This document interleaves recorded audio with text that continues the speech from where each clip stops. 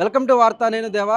రాష్ట్రంలో 116 మున్సిపాలిటీలకు సంబంధించి 7 కార్పొరేషన్లకు సంబంధించి అయితే మాత్రం కౌంటింగ్ కొనసాగుతుంది. అంటే చాలా చోట్ల కూడా కాంగ్రెస్ విజయ పతాకం ఎగరేస్తుంది. ప్రస్తుతం ఇదే విషయంపై మనతో పాటు మాట్లాడడానికి ఫిషరీస్ కార్పొరేషన్ చైర్మన్ మెట్టు సాయి కుమార్ ఉన్నారు. చెప్పండి సార్, ఇప్పటికే చాలా వాటికి కాంగ్రెస్ గెలిచింది, కొన్ని స్థానాల్లో లీడ్లో ఉంది. ఎలా చూడొచ్చు అంటారు? నేను చెప్తున్నాను, 116 మున్సిపాలిటీలు, అదేవిధంగా స్పష్టంగా 7 కార్పొరేషన్లు కాంగ్రెస్ పార్టీ ఎన్నికలు జరిగినాయి.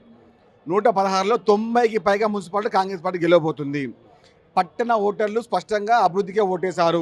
సంక్షేమ పథకాలు ముందు పెట్టే విధంగా, సంక్షేమ పథకాలను అందరికీ చేర్చుకునే విధంగా, ప్రతి ఇంటికి సంక్షేమ పథకాలు చేరే విధంగా ఆ ఉద్దేశంతో అభివృద్ధి ఓటేసినటువంటి పట్టణ ఓటర్లందరికీ మేము రుణపడి ఉంటాం. అభివృద్ధి బాటలు వేసినటువంటి తెలంగాణ ప్రధానికి మేము రుణపడి ఉంటాం. ఇచ్చిన ప్రతి బాధ్యతను మాకు పెంచినందుకు, అదేవిధంగా మీరు మీ ఓటుని స్పష్టంగా అభివృద్ధికి ఓటేసినందుకు, రేవంత్ గారి నాయకత్వాన్ని, మహేష్ కుమార్ గారి నాయకత్వాన్ని స్పష్టంగా ముందుకొచ్చినందుకు, జరగబోయే ఎన్నికల్లో కాంగ్రెస్ పార్టీ పట్టం కట్టుకున్నందుకు, సంక్షేమ పథకాలను మీరు ఆశీర్వదించినందుకు, అదేవిధంగా రేవంత్ రెడ్డి గారిని మీ ఇంటి పెద్ద కొడుకుగా భావించినందుకు.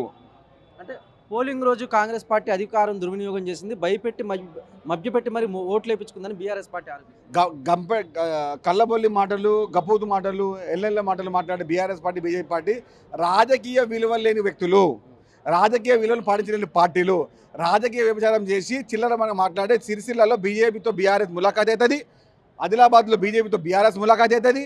వీళ్ళిద్దరూ రాజకీయ వ్యభిచారం చేసి ఇప్పుడు ముందుకు వచ్చి గంభీర మాట మాట్లాడుతున్నారు. చిల్లర మాటలు మాట్లాడే బీఆర్ఎస్ పార్టీ, ఎగదాటి మాటలు మాట్లాడే బీజేపీ పార్టీని తెలంగాణ ప్రజలు 100 లోతుల్లో గోతులకు ముందబెట్టారు. తెలంగాణ వాదాన్ని చంపినటువంటి బీఆర్ఎస్ పార్టీకి, తెలంగాణ పుట్టుకను అవమానించిన బీజేపీ పార్టీకి తెలంగాణ రాష్ట్రంలో నువ్వు లేవు. అంటే రాబోయే జిహెచ్ఎంసీ ఎలక్షన్లో కూడా ఎటువంటి ఎన్నికల్లో, ఖమ్మం మున్సిపల్ ఎన్నికలు కానివ్వండి, వచ్చే వరంగల్ మున్సిపల్ ఎన్నికలు కానివ్వండి, హైదరాబాద్ జిహెచ్ఎం ఎన్నికలు కానీ, ఏ ఎన్నికల్లో కూడా కాంగ్రెస్ పార్టీ జెండా ఎగురుతుంది.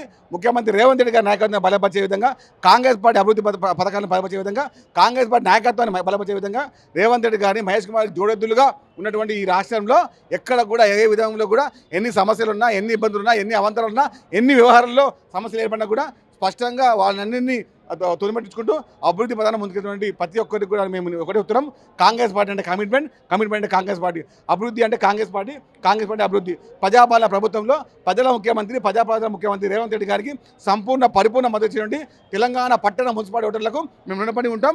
మేము జనతగా కాంగ్రెస్ పార్టీ కార్యకర్తలము మీ అందరికీ త్వరగా ఉంటాం.